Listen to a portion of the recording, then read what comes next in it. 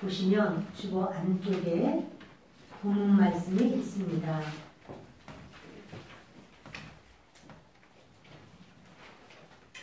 찾으셨어요? 함께 읽습니다. 믿음과 착한 양심을 가지라. 어떤 이들은 이 양심을 버렸고 그 믿음에 관하여는 파선하였느니라. 아멘. 착한 양심을 가지라. 이와 같은 제목으로 말씀을 나누려고 합니다. 예수님을 믿는 사람이나 믿지 않는 사람이나 누구나 양심이 있습니다. 그 양심의 소리를 우리는 듣습니다. 때로 사람들이 양심이 있어야지 이런 말을 하는데 양심은 사람들만 있습니다. 짐승은 양심이 없습니다. 아무리 이쁘게 생긴 사슴도 고라니도 또 멧돼지도 새들도 양심이 없어서 자기가 심어놓지도 않은 거 홍당무를 심든 상추를 심든 오면은 막 묻지도 않고 뜯어먹어요. 그리고 회개도 하지 않습니다. 새들도 콩 심어놓은 거 와서 그거 씹는 거 보면 다 쪼아먹어버립니다. 사람이 이렇게 사람의 모습처럼 안 보일 때는 아유 이 인간이냐 양심도 없어 짐승이야 이러는데 그 뭐냐면 양심대로 행하지 않고 짐승은 양심이 없으니까 짐승과 같아 이렇게 말을 합니다. 하나님은 사람에게 이 선악을 구별할 수 있는 그 양심을 주셨는데 그런데 예수님을 믿는 그 믿음 가운데 있는 분들은 이런 생각을 해요. 내가 지은 모든 죄는 예수님이 십자가에서 다 용서하셨고 나는 믿음으로만 살면 돼. 이렇게 생각하면서 양심에 대한 생각을 안 하는데요. 아니에요. 양심과 믿음은 얼마나 긴밀한 관계가 있는지 모릅니다. 또 예수님이 전해지기 전에 우리나라 같은 경우에도 복음이 들어오기 전에 먼저 세상을 떠났거나 또는 이렇게 복음이 들어왔어도 예수님에 대한 소식을 못 들은 사람은 어떻게 심판을 받는가? 그 사람들은 어디로 가는가? 이런 말을 많이 하죠. 자, 로마서 2장입니다. 로마서 2장 14절과 15절을 함께 읽습니다. 율법 없는 이방인이 본성으로 율법의 일을 행할 때에는 이 사람은 율법이 없어도 자기가 자기에게 율법이 되나니 이런 이들은 그 양심이 증거가 되어 그 생각들이 서로 혹은 고발하며 혹은 변명하여 그 마음에 새긴 율법의 행위를 나타내느니라. 예수님을 믿으면 십계명이 있어요. 나 외에 다른 신을 섬기지 말라. 우상 만들지 말아라. 그러면서 이제 5계명에는 부모님을 공경해라. 살인하지 말고 간음하지 말고 도둑질하지 말고 쭉 나와요. 그런데 예수님을 안 믿기 때문에 그런 율법을 몰라요. 그런 사람은 어떻게 하는가? 그 사람 속에 양심이 있어요. 부모님을 부모님의 거역하고 막 이러면 이 마음에 내가 잘못했지 이런 마음이 생겨요. 양심의 소리예요. 예수님을 안 믿고 예수님에 대한 소식을 못 들은 사람은 그 양심이 증거가 된다 그래요. 그가 하나님 앞에 섰을 때 그 양심이 양심을 따라서 그는 이렇게 주님 앞에 이제 심판을 받게 됩니다. 양심은 마음 중에서 가장 중요한 부분이 양심이에요. 그래서 우리 마음, 그러면 마음은요, 내가 생각하고 또 내 기분, 내 감정 말이에요. 감정도 내 마음 안에 있어요. 그래서 또는 내가 의지, 내가 이걸 해야 되겠다. 이것도 다 마음 안에 있어요. 그런데 마음 안에서 가장 중요한 부분이 어디냐면 양심이에요.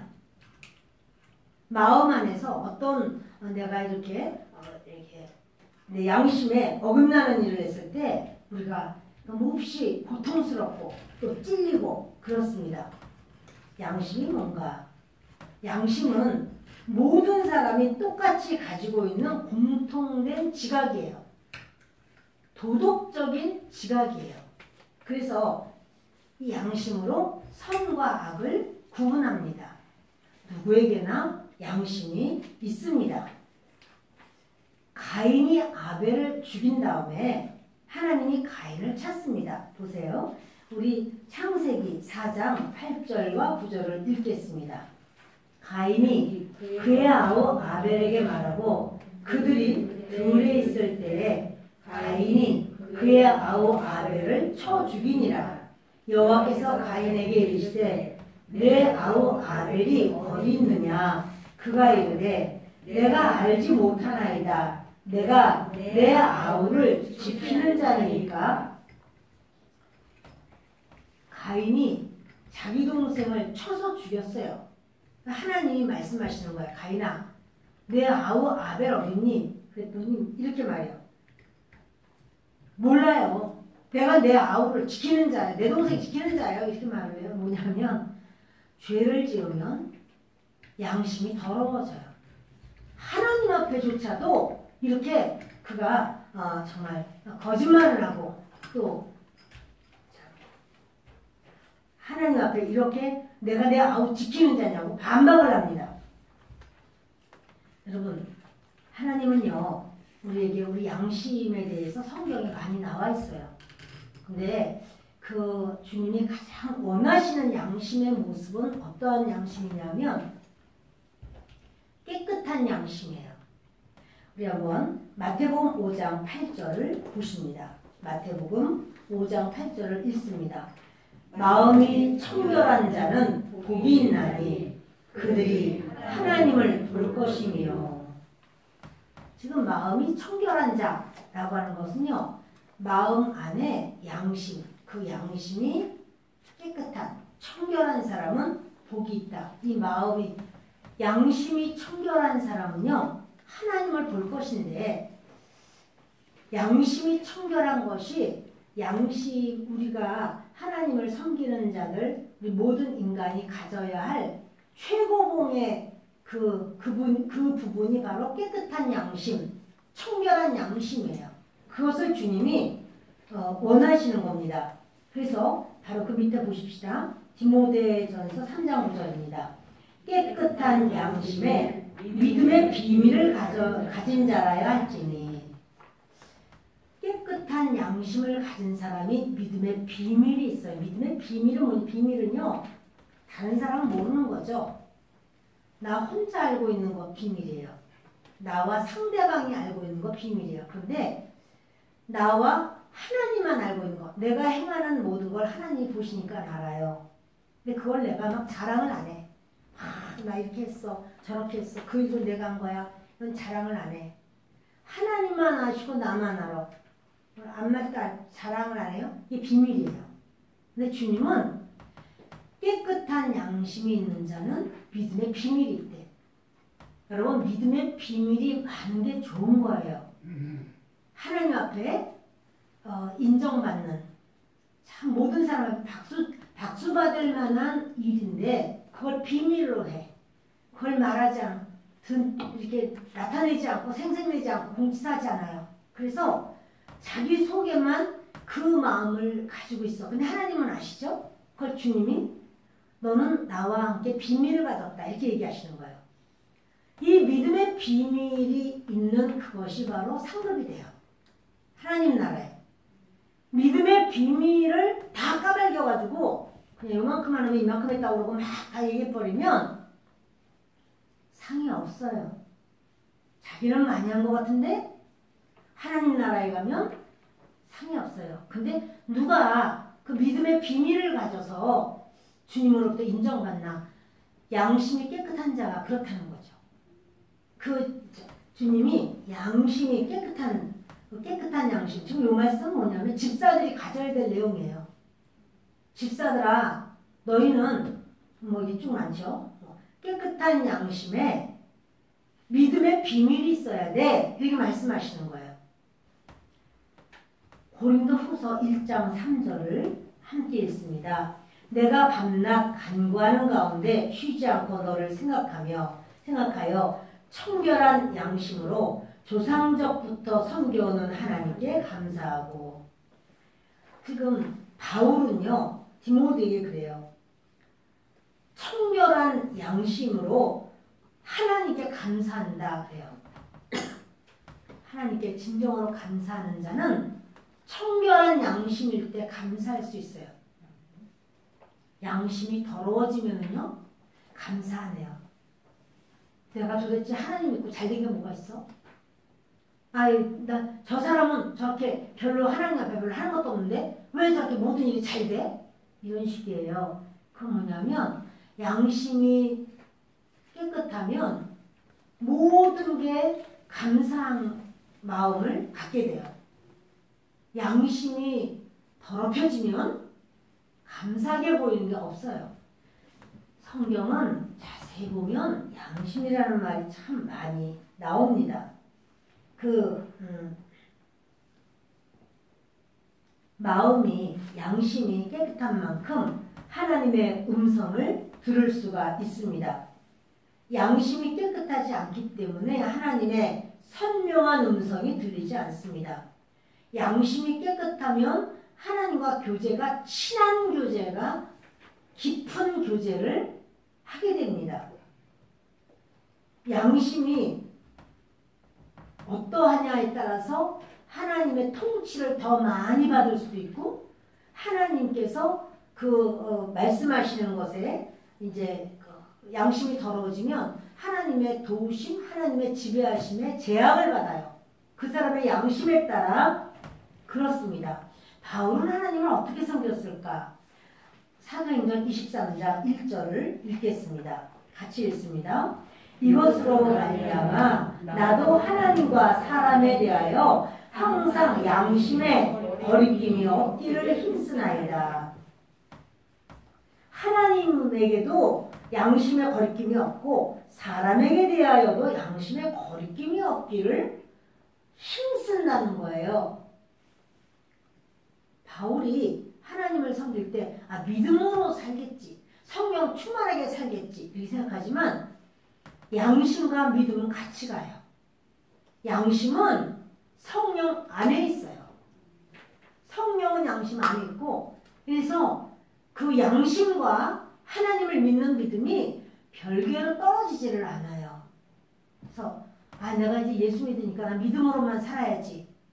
내 죄는 다 용서받았어.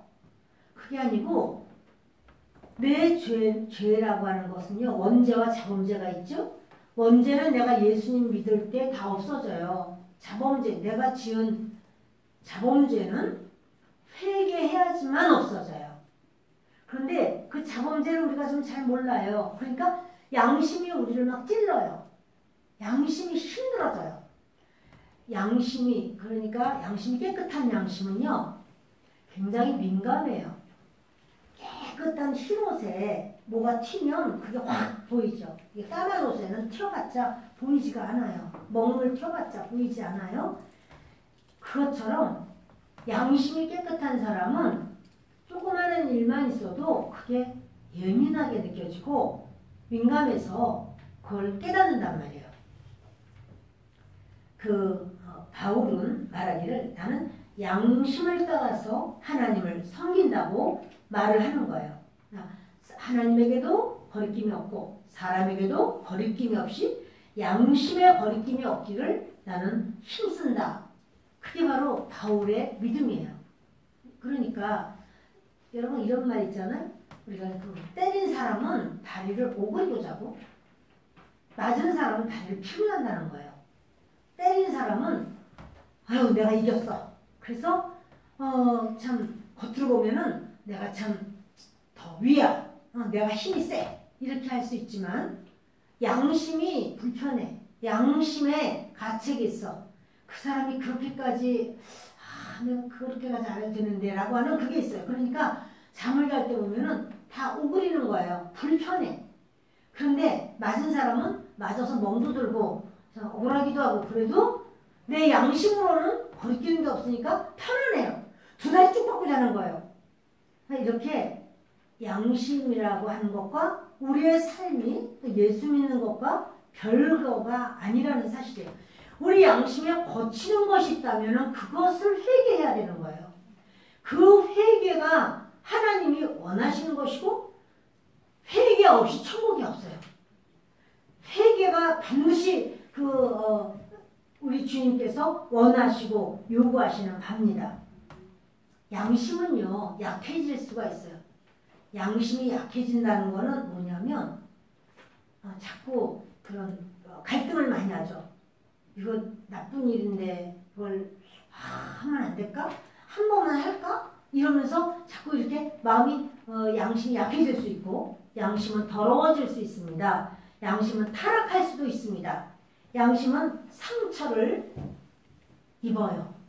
그리고 양심을 버리기도 해요. 양심도 없어. 양심 다 버렸어. 이 말은 이제 그런 양심에 나는 관계없이 살겠다고 하지만 결국 그러다 보면 양심이 마비가 돼요. 그래서 나쁜 짓을 해도 나쁜 어떤 그것이 생각이 안 나고 또 화인 맞은 양심이 돼요. 그 화인 맞은 양심이 됐을 때는 구원받기가 어렵습니다. 성경에 양심의 여러 그런 상태를 말을 해요. 여러 상태인데 그 중에서 가장 최고봉, 하나님이 원하시는 가장 최고봉은 깨끗한 양심입니다. 청결한 양심입니다. 그거는 자아를 내려놓은 거예요. 자아를 따라 살지 않아요. 그래서 그 양심일 때가 우리 하나님께서 원하시는데, 자, 로마서 9장 1절을 보십니다. 내가 그리스도 안에서 참말을 하고 거짓말을 아니하노라. 나에게 큰 근심이 있는 것과 마음에 그치지 않는 고통이 있는 것을 내 양심이 성령 안에서 나와 더불어 증언하노니. 내 양심이 성령 안에서 나와 더불어 증언한다. 내 양심이 성령 안에서 증언한다. 자, 내 양심이 어디 있어요? 성령 안에 있어요. 그러니까 양심이 막 찔리고 양심이 괴롭고 그러면 내가 이거 잘못하고 있구나. 이거는 양심이 가르쳐줄 때 우리가 돌이킬 수 있어요. 그런데 양심의 말을 안 들어요. 아니, 나보다 저놈은 더 나쁜 놈이야. 저놈은 더 나보다 내 친구 쟤는 더 악한 짓을 많이 했어. 이렇게 자꾸 생각하면 하나님께서 사람을 붙여요. 그래서 그 사람이 잘못했다고 지적을 해요. 그럼 그 지적을 할 때 맞아, 내가 죄를 졌어. 이렇게 받아들이면 너무 좋은 거예요. 왜 그러실까요? 양심의 죄를 제거해 주시려고. 주님이 새로운 양심으로, 깨끗한 양심으로, 건강한 양심으로 주님이 새롭게 해주시려고. 그런데 그 양심, 누군가가 나에게 너 그거 잘못했어 라고 말을 한다면 그건 축복이에요. 지가 뭔데 저는 뭐 깨끗해? 저는 죄를 한 번도 안 졌어? 이렇게 말한 것이 아니에요. 그래서 다윗은 밧세바를 범하고 우리아를 죽이고 이랬을 때 양심이 한 번도 안 찔렀을까요? 다윗도 양심이 너는 어떻게 이렇게 너의 충직한 충신의 아내를 그럴 수가 있냐 하고 막 찔렀을 거예요. 그런데 그래서 우리아가 죽었잖아요. 자기가 제일 전쟁 심한 곳으로 보내라. 그래서 죽었어요. 다윗은 그냥 뻔뻔한 거예요. 점점 양심은 마비가 돼갑니다. 근데 그때 하나님이 나단을 보내요. 그래서 어떤 부자가 있는데 자기 양 많은 거를 하지 않고 손님 대접하려고 한 마리밖에 없는 남의 양을 가져다가 그 부자가 대접했다는 거야. 양을 죽였다고. 그러니까 다윗이 펄펄 뜁니다. 이런 나쁜 놈 있어? 이러고 펄펄 뜁니다. 그런데 그가 바로 당신이요. 이렇게 나단 선지자가 말을 해요. 양심의 소리를 안 들으면 하나님이 사람을 통해서 자꾸 이렇게 말씀을 주시는 거예요. 우리가 주일마다 예배를 이렇게 드리고 하는 거, 그때 때로 이거 나를 본 것처럼 말씀하네? 이럴 때가 있어요. 그건 제가 하는 게 아니고 성령님이 하시는 거죠. 그럼 성령님이 가르쳐주는 거예요. 돌이켜. 회개해. 그 길로 가면 안 돼. 지옥 가게 돼. 이러고 막 가르쳐주는 거예요. 그러면 그때 하나님 제가 잘못했습니다. 이러고 주님 앞에 돌이켜야 돼요. 근데 그렇게 하지를 않으면 사람을 직접 붙여요. 그 사람이 막 이렇게 여러 가지 말을 한단 말이에요. 여러 사건으로 이렇게 말을 해요. 그럼 내가 좋아하는 모습이 아니라 내가 제일 싫은 사람을 만나게 되고 싫은 사건을 만나게 되고 어느 때는 직접적으로 그런 말이 막 쏟아져 나와요. 내가 양심의 말을 듣고 회개를 했는데 그런 말씀이 오면 주여 맞습니다. 제가 그렇게 죄인입니다. 하나님 저를 용서해 주세요. 이러고 막 뜨거운 회개 기도가 나오게 돼요. 근데 누가 뭐 어쩌고저쩌고 얘기를 딱 해주면 어떻게 해요? 내가 잘못한 거 맞아. 그래 맞아 내가 잘못했지. 이렇게 하면 그 사람은 소망이 있어요. 그 사람은 용서를 받게 되고 하나님께서 은혜를 주셔요. 그리고 그 사람의 영이 그 사람의 양심이 깨끗해져요.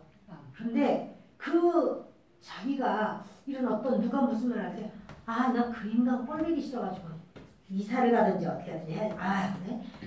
그 지난번에는 아무개가 그렇게 그냥 그래가지고 내가 그냥 이사했는데 이번에 또 그냥 더한 것 같아. 네, 여러분 이거 왜 그러냐면 하나님 사랑하셔서 고칠 사람 너야.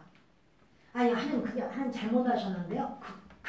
그놈이 고칠 사람이에요. 아이고 하나님 나는요 그렇게 별로 그런 거 별로 하나님 아시죠? 하나님 우리 맨날 기도할 때 하나님 아시죠? 그런데 하나님 다 아셔. 그렇게 안 해도. 그런데 주님은 뭐냐면 그래 알아. 그 사람에 대해서는 얘기하지 마. 너에 대해서 내가 은혜를 주려고 그래. 네가 깨끗한 양심을 가져야 돼. 라고 하나님이 그러니까 다른 사람은 다 이제 교통신호 다른 사람 어디였어 빨간불 휙 지나가는데 자기가 휙 지나갈 때 딱 잡고 그 뒤에 휙 지나간 사람은 경찰관이 나 잡는 바람에 이 사람 그냥 지나가 버렸어. 그러면 아니 저 사람들 왜 나 안 잡고 왜 나만 잡아요? 정말 하나님 정말 하나님 정말 왜 그러시지? 하나님이 그렇게 하신 거야. 하나님이 하나님의 계획 속에 하나님의 자녀를 훈련시키기 위해서. 딴 사람은 그냥 무사통과로 다 됐는데 나만. 그런데 우리 막 억울한 마음이 들지만 주님은 말해요. 딴 사람 생각하지 말고 네 양심에 그 더러운 것이 묻지 않기를 원한다. 이렇게 주님이 거리낌 없도록 주님이 이제 일을 행하시는 거예요. 여러분 다시 한번 본문 디모데전서 1장 19절을 보십니다. 같이 읽습니다. 믿음과 착한 양심을 가지라. 어떤 이들은 이 양심을 버렸고 그 믿음에 관하여는 파선하였느니라. 우리가 예수 믿으니까 믿음을 가져라 이러면 되지 착한 양심은 또 뭐야? 여러분 믿음과 착한 양심은요 같이 가요. 믿음이 있는데 양심 없이 행동한다. 있을 수 없어요. 왜냐하면 여기 보세요. 양심을 버렸고 믿음은 파선했다고 했어요. 양심 버리면 믿음은 없어져요. 양심 없이 행하는 자 근데 그 사람 크리스찬이래. 그 사람에 대해서 우리가 비판할 거 없어요. 주님이 하시니까. 이게 바로 주님의 진리예요. 양심을 버렸으면 믿음은 파선했어.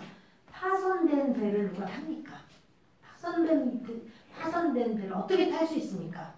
그러니까 주님이 양심 버리면 우리 예수 믿는 사람들이요 양심과 상관없이 사는 경우를 우리가 이제 그래서 지탄을 받아요. 그런데 참 마귀들이 그렇게 역사를 하네. 마귀들이 그렇게 아주 그냥 하나님을 믿으니까 그냥 마귀들이 그냥 바글바글 하네. 근데 마귀들이 바글바글 할 틈을 주면 마귀는 그 틈을 들어가서 합법적으로 역사를 해요. 그러니까 마귀가 왜 들어갔을까? 그 틈이 있으니까 들어갔지. 틈 없는데 들어가나요? 그러니까 뭘 해야 돼요? 하나님, 제가 어떤 부분인가요? 그리고 기억나고 생각되는 부분들을 붙들고 회개로 들어가는 거예요. 회개를 하면 그렇게 이 마귀야 들어가라 나가라 떠나가라 뭐해라 이렇게 안 해도 일이 해결돼요. 여러분 어린아이가 꼬맹이가 이렇게 칼 달라는 거예요. 칼 달라고. 나 칼 주세요. 그래요. 그러면 칼 안 주죠. 왜냐면 그거 잘못하면 다쳐. 근데 얘가 이제 컸어요. 고등학생, 중학생 컸어요. 그래서 이제 엄마가 뭘 하려고 그래. 다 이렇게 잔치야. 그래가지고 모두 무도 생채도 갈아야 되고 그러면 걔한테요. 칼 쥐어줘. 너도 와서 이거 좀 파 좀 다듬어. 너도 와서 이거 좀 마늘 좀 이렇게 다지기도 해. 뭘 해봐. 라고 어릴 때는 나도 그거 할게요. 나 할 줄 알아요. 안 줘. 왜냐면 우리가 양심의 모습이 되면 그 다음에 하는 거는 하나님이 그 일을 행하세요. 우리의 필요를 채우시고 일을 역사하시는 거예요. 근데 내가 그거는 나는 준비되지 않고 빨리 내게 주시옵소서 이것만 한다고 해서 그 되는 것이 아니라는 사실이에요. 그 양심을 버리면 믿음은 파손돼요. 그러니까 믿음 주세요. 아유 나는 기도를 잘 못해가지고 이렇게 믿음이 잘 안 생기나 봐. 나는 이렇게 아유 그 좀 말씀이 잘 안 들어와. 나는 이상하게 그래 라고 할 때 믿음을 달라고 하기 전에 내 양심을 한번 따져보는 거예요. 여러분 어떻지? 이러고는 그걸 한번 뒤져보는 거예요. 하나님 가르쳐주세요. 그러면 믿음이 아직 그 주님을 아직 잘 몰라도 마음이 청결한 자는 하나님을 알게 돼요. 말씀이 영으로 깨달아져요. 받아들여져요. 아 주님이 이렇게 말씀하셨지? 그리고 그거를 붙들어요. 그런데 이 믿음이 이렇게 양심에 있어서 여러분 이거 참 중요합니다. 그러니까는 하나님의 그런 뜻과 전혀 상관없이 그냥 도둑질하고 예를 들어서 도둑질하고 살인하고 그러고 나서 교회를 와서 은혜 주시옵소서. 그 사람 은혜를 잘 받을까요?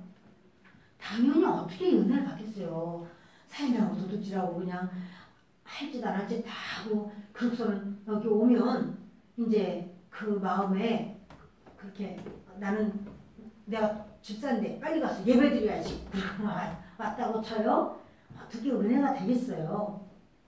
이 주님 앞에 양심 버리면 그렇습니다. 자 우리 디모데전서 1장 5절이에요. 뒤를 넘겨서 디모데전서 1장 5절을 읽습니다. 이 교훈의 목적은 청결한 마음과 선한 양심과 거짓이 없는 믿음에서 나오는 사랑이거늘. 청결한 마음, 선한 양심. 여기 보면요. 여기 조금 착한 양심이라고 제가 했는데 깨끗한 양심과 착한 양심이 달라요. 사실은.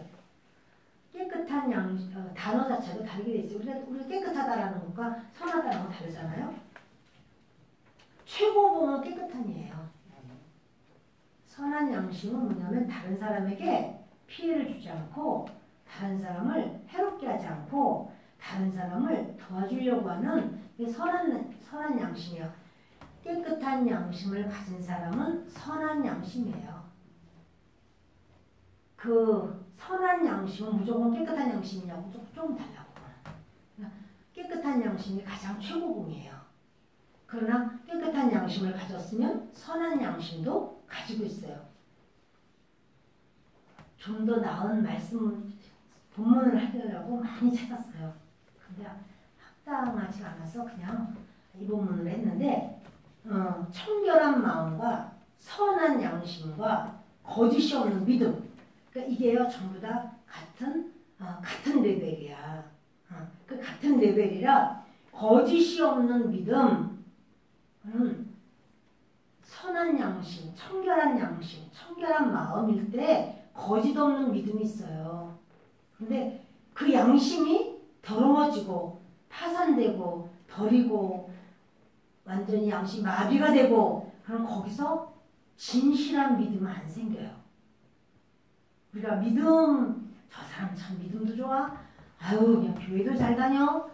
그게 외적으로 볼 때는 그럴 수 있어요. 근데 하나님은 외모로 보지 않고 중심을 봐요. 그 중심에 뭘 보냐면 양심을 보신단 말이에요. 그러니까 여러분 우리가요. 양심에 거리끼는 게 있고 양심에 내가 아주 힘든 게 있으면요. 하나님 앞에 그거를 내어 맡기세요. 하나님 앞에 도와달라고 제가 이렇게 하나님 범죄했습니다. 또는 범죄했는지도 모르겠는데 마음이 가슴이 찝찝하고 그냥 이렇게 끈적지근하고 왠지 모르게 명쾌하지가 않고 이래요. 그럼 뭐가 있는 거죠? 아무 대답도 안 하시는데 왜 그러세요? 네. 여러분 그러면 그 사람은 뭔가 있는 거 하나님 앞에 뭔가 걸린 게 있어요. 사람에게 걸린 것이 있을 수도 있고 뭐가 이렇게 명쾌하지 않고 찝찝하고 막 이렇게 뭔지 모르게 불안하다고 할까? 뭐 이런 답답하고 막 이런 게 있으면 나 이거 문제 있다. 이렇게 하고 하나님 앞에 이 부분을 기도해야 되는 거예요. 그때 주님 앞에 회개기도 하는 거예요.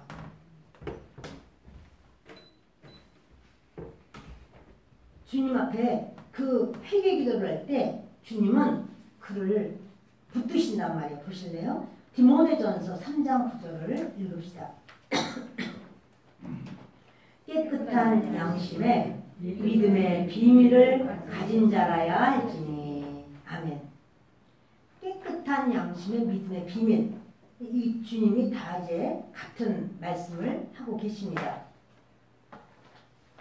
그런데 여러분 그 청결한 마음에는 선한 양심이 있고 선한 양심에는 거짓 없는 믿음이 있다. 이렇게 말씀을 하셨어요.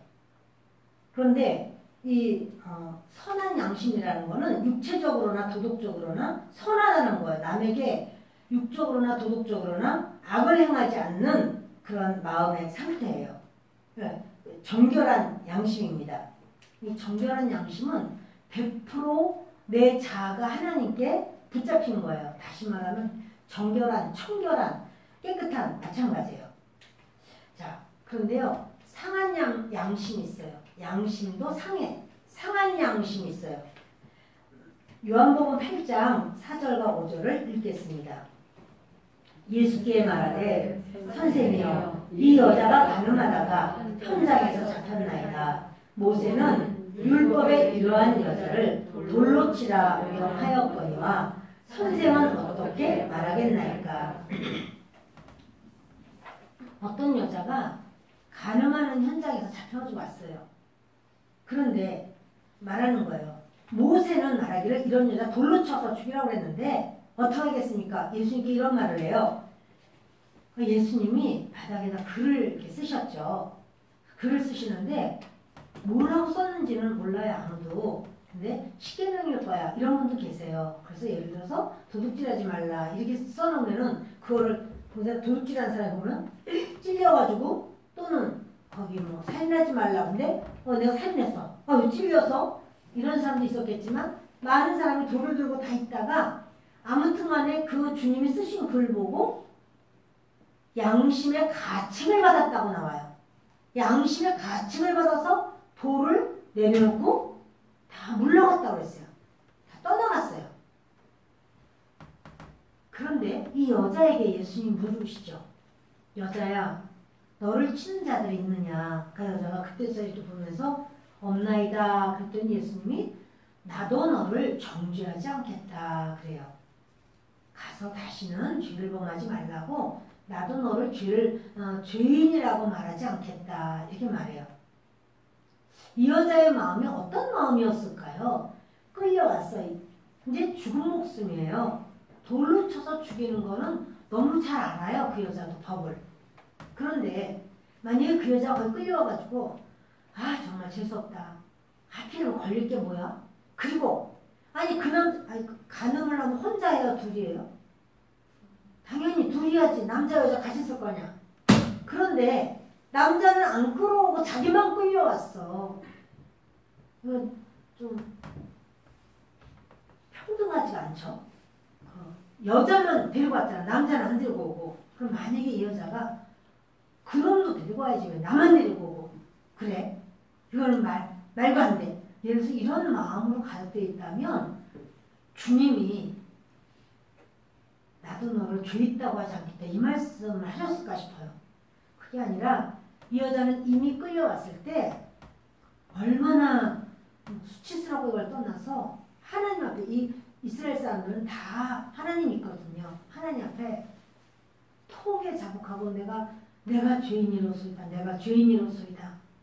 자기 양심에 그렇게 그 죄를 아주 철저하게 시인하고 인정했어요. 이미 이 여자는 회개를 했단 말이에요.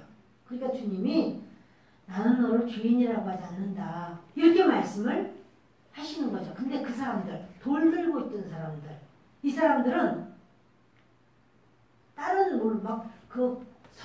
성난 군중이에요. 군중들이 다 성이 나서 돌들 들고 이제 칠판이지만 양심, 그들 유대인들이 하나님을 섬기기 때문에 이 양심이 살아있었어요.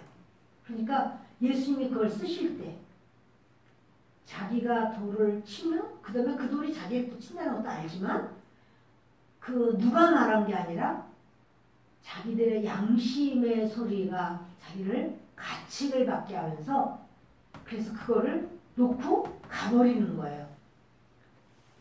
여러분 이 양심의 소리를 듣는다는 것은 소망이 있어요. 우리는 이 양심, 상한 양심이라는 건 찔림받는 양심, 상처받고 깨어진 양심 이렇게 여러 가지로 나옵니다.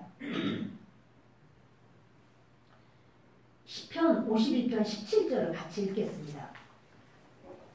하나님께서 구하시는 제사는 상한 심령이라. 하나님이여 상하고 통회하는 마음을 주께서 멸시하지 아니하시리이다. 하나님이 구하시는 제사는 상한 심령이라. 이제 누구에게인가 막 억울한 말을 듣고 여러 가지로 막 마음이 힘들고 고달파요. 그럴 때 우리가 이제 누군가에게 막 얘기를 하소연할 수 있어요. 내가 이렇게 되고 저렇게 됐다고. 근데 주님은 말해요. 그 말을 하나님께 해라.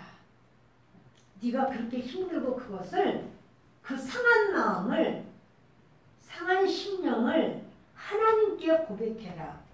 주님이 그것을 기다리는 거예요. 사실은요. 대부분의 사람들이 상한 심령이 있어요.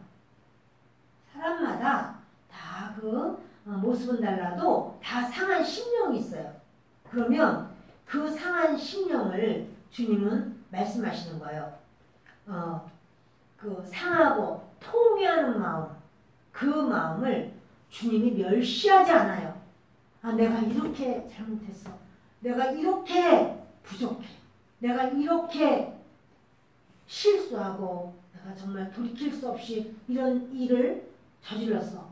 라고 해도 주님은 그거를 멸시하지 않고 주님이 불쌍히 여기시고 붙들어주시고 새롭게 하신다는 사실이에요. 그래서 우리의 신앙생활이요. 내 양심을 돌이켜보고 양심을 따라서 그 믿음의 발걸음을 떼는 것이 중요해요. 그거를 그 양심과 상관없이 직분은 그게 중요한 게 아니에요. 여러분 집에서 그릇 썼을 때 큰 그릇도 있고 작은 그릇도 있고 여러 그릇이 있지만 사기로 된 것도 있고 스테인으로 된 것도 있고 그래요. 근데 그 그릇은 그 그릇 자체에 필요가 있어서 그렇게 그걸 구입하고 쓰는 거죠. 이게 다 큰 그릇만 하면은 어떻게 하겠어요? 다 냄비만 있으면 접시는 없으면 어떻게 하겠어요? 다 달라요. 하나님이 목회자로 쓰는 경우도 있고 또 집사님으로 또는 여러 그 직분으로 이렇게 기관장으로 쓰시는 경우 있지만 그런 어떤 직분이라고 해서 우리 모든 것이 통과가 아니고 가장 중요한 건 깨끗해 이거예요. 너는 깨끗하냐? 큰 그릇이든 작은 그릇이든 나무 그릇이든 사기 그릇이든 깨끗하냐? 이걸 물어보시는 거예요. 주님이 원하시고 쓰시는 바로 그 그릇 되기를 바랍니다. 저는 오늘 여러분들과 같이 상한 심령까지만 말씀을 드렸어요. 이 상한 마음이 하나님을 만나면 선한 마음이 돼요. 상한 마음으로 하나님 저 사람 그냥 두지 마세요. 저 사람 너무너무 악해요. 나에게 이렇게 억울하게 뒤집어 씌웠어요. 라고 해도 상한 심령으로 하나님 앞에 기도를 하고 막 엎드리다 보면 하나님 그 사람도 하나님 잘 모르는 것 같은데 불쌍히 여겨주세요. 그 사람도 주님이 붙들어 주세요. 이렇게 선한 양심이 돼요. 상한 양심이. 그리고 더 또 하다 보면 깨끗한 양심이 돼요. 굉장히 주님이 이 상한 양심이 되도록 일을 그렇게 세팅할 때가 있어요. 왜냐하면 돌아오라는 거야. 돌아와. 네가 내게 돌아와. 그런 어떤 사건 속에서 왜 나는 맨날 이런 일만 있지? 이게 아니고요. 주님 앞에 그런 사건이 감사한 거예요. 그러면 나의 나된 모습을 그 사람이 보여주고 그 사건이 내가 어떤 자라는 것을 다 낱낱이 보여주는 거예요. 그런 사건이 없으면 내가 괜찮은 사람인 줄 알아요. 내가 좀 된 사람인 줄 알아요. 그런데 그 사건이 옴으로써 저거는 왜 와가지고 이렇게 분란을 일으키고 나를 그냥 확 뒤집어 놓지? 그런데 사실은 돌아보면 내가 나를 잘 몰라. 그래서 그 사람 그 사건으로 내가 어떤 인간인 것을 사실은 하나님이 그 구정물을 이렇게 다 뒤져보시는 거예요. 이 속에 들어있는 이 또아리 틀고 있는 내가 착한 척하는 교만한 것도 튀어오르고 사악한 것도 튀어오르고 거친 내 모습도 튀어오르고 그럴 때 주여 제가 그 사람이 맞습니다. 이렇게 주님 앞에 나오는 저와 여러분 되시기를 바랍니다. 기도하겠습니다.